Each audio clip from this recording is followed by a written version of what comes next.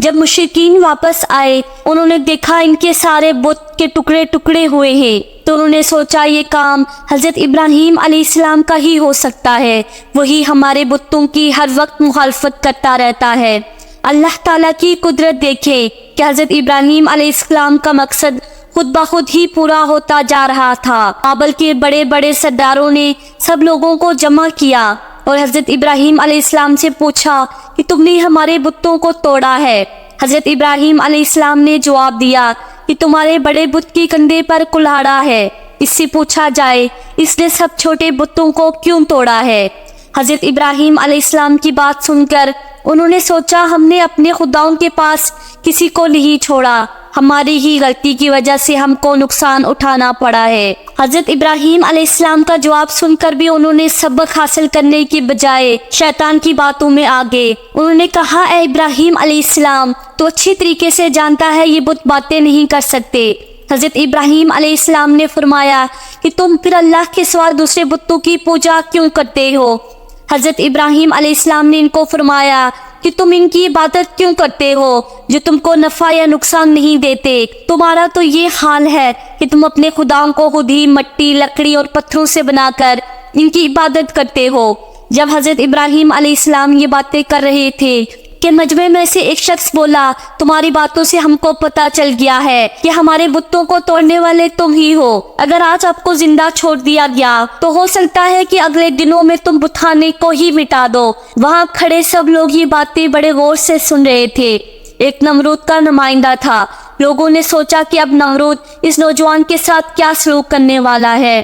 اس کے بعد حضرت ابراہیم علیہ السلام کو نمرود کے پاس لے جایا گیا تو نمرود نے کہا اس نوجوان کو آگ میں جلا دیا جائے۔ حضرت ابراہیم علیہ السلام نے فرمایا میں تمہارے فیصلے سے نہیں ڈرتا، میں اللہ تعالیٰ کی ذات سے ڈرتا ہوں۔ نمرود نے سب کو حکم دیا ہمارے بتوں کو توڑنے والے نوجوان کے لیے لکڑیاں اکٹھی کی جائیں۔ اعلان یہ کیا گیا کہ جو بھی بت خانے کے لیے زیادہ سے زیادہ ایندھن اکٹھا کرے گا ان کی تمام مرادیں پوری ہوں گی۔ لوگوں نے بت خانے کے لیے زیادہ سے زیادہ ایندھن اکٹھا کیا۔ نمرود نے حضرت ابراہیم علیہ السلام کو قید خانے میں بند کر رکھا تھا۔ جب لوگوں نے ایندھن کا بہت ہی بڑا ٹال لگا دیا پھر اس ایندھن کو آگ لگا دی۔ جب شعلے اپنی عروج پر تھے تو حضرت ابراہیم علیہ السلام کو قید خانے سے نکال کر لایا گیا۔ حضرت ابراہیم علیہ السلام آگ کو دیکھ کر مسکرائے۔ آگ والے میدان سے تھوڑی دور ایک بڑا سا برج مینار بنا ہوا تھا جہاں نمرود کے وزیر اور مشیر بیٹھے ہوئے تھے۔ اب لوگوں کے دلوں میں یہ تھا کہ حضرت ابراہیم علیہ السلام کو آگ میں کس طرح سے ڈالا جائے گا۔ کہا جاتا ہے یہ آگ اتنی اونچی تھی کہ کوئی بھی پرندہ اس کے اوپر نہیں اٹھ سکتا تھا۔ امام صادق رحمۃ اللہ علیہ سے روایت ہے کہ منجنیق کو سب سے پہلے شیطان نے بنایا تھا، پھر اس منجنیق کے ذریعے حضرت ابراہیم علیہ السلام کو آگ میں پھینکا گیا۔ اس وقت آسمان اور زمین میں ایک آواز بلند ہوئی۔ زمین نے کہا یا اللہ اس دنیا میں میرے اوپر سوائے ابراہیم علیہ السلام کے تیرا نام لینے والا کوئی نہیں ہے۔ دنیا اور آسمان کی ہر چیز نے اللہ تبارک و تعالیٰ سے سفارش کی کہ حضرت ابراہیم علیہ السلام کے لیے آگ کو ٹھنڈا فرما دیا جائے۔ اللہ تعالیٰ نے فرمایا کہ اگر حضرت ابراہیم علیہ السلام خود اپنے لیے دعا کریں گے تو میں آگ کو ٹھنڈا کر دوں گا۔ حضرت ابراہیم علیہ السلام نے اللہ تبارک و تعالیٰ کی بارگاہ میں اپنے ہاتھ بلند کیے تو اللہ تعالیٰ نے آگ کو ٹھنڈا فرما دیا۔ روایت میں آتا ہے کہ حضرت جبرائیل علیہ السلام حضرت ابراہیم علیہ السلام کے پاس آ کر بیٹھ کے ان دونوں کے ارد گرد پھول پیدا ہو گئے۔ کہا جاتا ہے جب آگ جل رہی تھی تو چھپکلی آگ کو پھونکے مارتی اور میڈک آگ پر پانی ڈال رہا تھا کہ آگ ٹھنڈی ہو جائے۔ جب اللہ تعالیٰ نے آگ کو حکم دیا کہ سرد ہو جا تو 3 دن تک دنیا کی سب آگ ٹھنڈی پڑ گئی تھی۔ اسی طرح اللہ تبارک و تعالیٰ نے حضرت ابراہیم علیہ السلام کی آگ سے محفوظ رہنے کے لیے دعا فرمائی۔ یہ سب کچھ ہونے کے بعد نمرود حضرت ابراہیم علیہ السلام کے پاس گیا۔ نمرود نے کہا میں حیران ہوں کہ تمہارا حکم آگ پر بھی چلتا ہے۔ نمرود یہ سب کچھ دیکھنے کے بعد بھی اپنی جہالت سے باز نہ آیا۔ نمرود کو یہ ڈر تھا کہ لوگ حضرت ابراہیم علیہ السلام پر ایمان نہ لے آئے۔ نمرود نے لوگوں کو لالچ دی۔ نمرود نے اپنے غلام کو حکم دیا کہ حضرت ابراہیم علیہ السلام کو شہر سے نکال دیا جائے تاکہ کوئی بھی بندہ حضرت ابراہیم علیہ السلام کے رب پر ایمان نہ لے آئے۔ حضرت ابراہیم علیہ السلام بھی نمرود کے شہر میں یہی رہنا چاہتے تھے۔ اس کے بعد حضرت ابراہیم علیہ السلام نے اپنی بکریاں گٹھی کی اور نمرود کے شہر سے دوسرے شہر کی طرف روانہ ہو گئے۔ حضرت ابراہیم علیہ السلام کے پاس بھیڑ بکریاں اور بہت سامان تھا۔ نمرود نے حکم دیا کہ حضرت ابراہیم علیہ السلام سے سب کچھ چھین لیا جائے۔ حضرت ابراہیم علیہ السلام نے فرمایا، اگر تم میرے بھیڑ بکریاں ضبط کرنا چاہتے ہو تو میں نے ساری عمر لگا کر یہ مال جمع کیا ہے، تم میری عمر لٹا دو اور مجھ سے بھیڑ بکریاں لے جاؤ۔ جب یہ بات بڑھ گئی تو یہ بات نمرود کے ایک وزیر کے پاس چلی گئی۔ اس نے حضرت ابراہیم علیہ السلام کو بلایا تو حضرت ابراہیم علیہ السلام نے نمرود اور نمرود کے باشندوں کو دین اسلام کی دعوت دی۔ نمرود ایمان نہ لے کر آیا، بلکہ اس نے حضرت ابراہیم علیہ السلام کو کہا، میں تمہارے رب سے جنگ کروں گا۔ نمرود بے شمار لشکر لے کر آیا تو حضرت ابراہیم علیہ السلام اس کے مقابلے کے لیے سامنے آئے۔ اللہ تعالیٰ نے بے شمار مچھروں کو نمرودی لشکر کا مقابلہ کرنے کے لیے زمین پر بھیجا۔ مچھر لشکر والوں پر حملہ آور ہوئے۔ مچھروں نے نمرودی لشکر کے سر اور ناک میں حملہ کر دیا، یہاں تک کہ سب کے سب میدان چھوڑ کر بھاگ نکلے۔ نمرود بھی ذلیل و خوار ہو کر وہاں سے بھاگ نکلا، پھر بھی نمرود ایمان نہ لایا تو اللہ تبارک و تعالیٰ نے ایک مچھر کو حکم دیا جو اس کی ناک میں گھس جائے، پھر نمرود کی ناک میں داخل ہو گیا۔ اس نے نمرود کے دماغ کو بہت ہی نقصان دیا، جس کی وجہ سے نمرود پاگلوں کی طرح اپنی ہی غلاموں کو کہتا، میرے سر پر کچھ مارو۔ اس حالت میں کہیں مدت گزری اور نمرود کی موت واقع ہو گئی۔ تو آج کی ویڈیو میں تھا بس اتنا ہی، ملتے ہیں ایک اور نئی ویڈیو کے ساتھ۔ دعاؤں میں یاد رکھیے گا۔ اللہ حافظ۔